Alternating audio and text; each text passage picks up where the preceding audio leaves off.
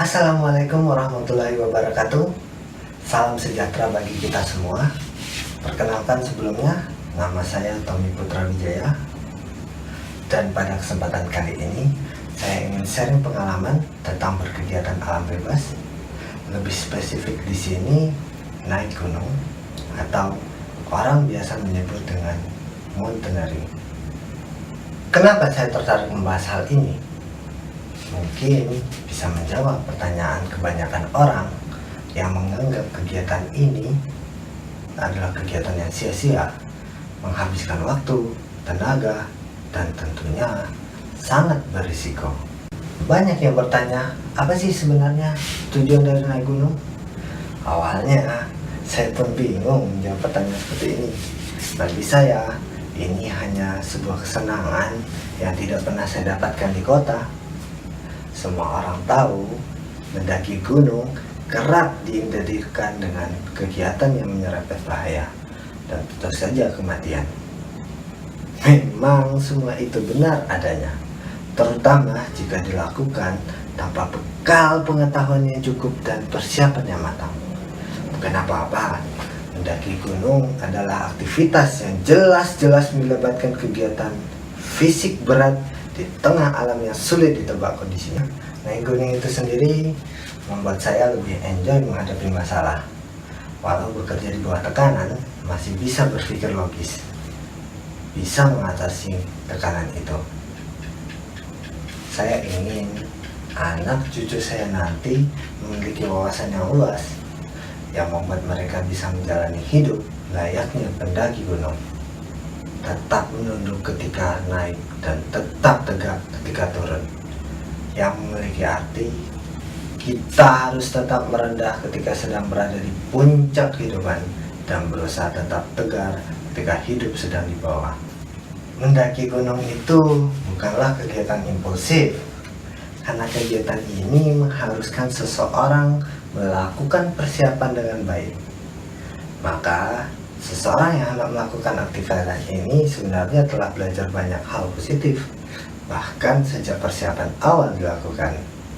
Persiapan itu diantaranya meliputi penentuan tujuan, merancang target perjalanan, mencari tahu support system yang ada, misal latar rumah sakit terdekat, belajar tentang tips dan penanganan darurat dalam menghadapi kondisi darurat, atau membuat daftar peralatan dan perbekalan yang dibutuhkan untuk mendaki.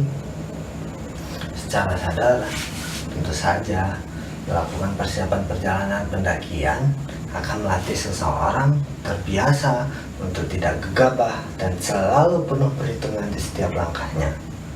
Dua hal ini pasti dibutuhkan dalam kehidupan sehari-hari. Dengan melakukan perencanaan, seseorang juga belajar bertanggung jawab atas segala aktivitas yang akan dilakukannya. Dalam perjalanan mendaki gunung, seseorang akan disuguhkan pada keindahan dan kemegahan alam pegunungan. Dengan hadir secara langsung, semua panca indera kita terlibat untuk membuktikan alam begitu indah sehingga kita bertanggung jawab untuk selalu memeliharanya. Seseorang akan dilatih untuk menjadi seseorang yang penuh cinta pada lingkungannya, terasah untuk bertanggung jawab pada dunia, paling tidak pada lingkungan sekitarnya. Pelajaran ketiga yang bisa diambil dari mendaki gunung adalah pelajaran tentang disiplin, tanggung jawab, tidak mudah putus asa, serta berani mengambil keputusan dengan tepat. Karena ketika melakukan pendakian, seorang dihadapkan pada banyak tantangan. Tentu saja medan perjalanan yang sudah pasti menanjak, tidak rata, dan pastinya menguras tenaga.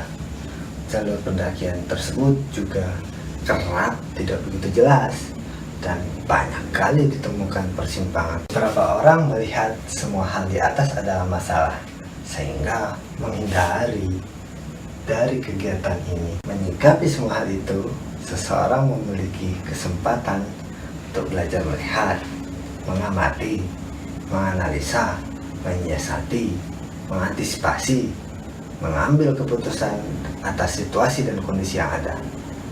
Seseorang dilatih untuk tidak cepat berkeluh kesah dan berjuang untuk mencapai tujuan yang lebih besar.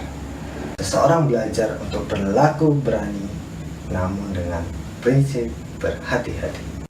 Terakhir, mendaki gunung membuat saya mampu mengenali diri sendiri, lingkungan sekitar, dan sadar akan kebesaran Tuhan. Demikian dan terima kasih.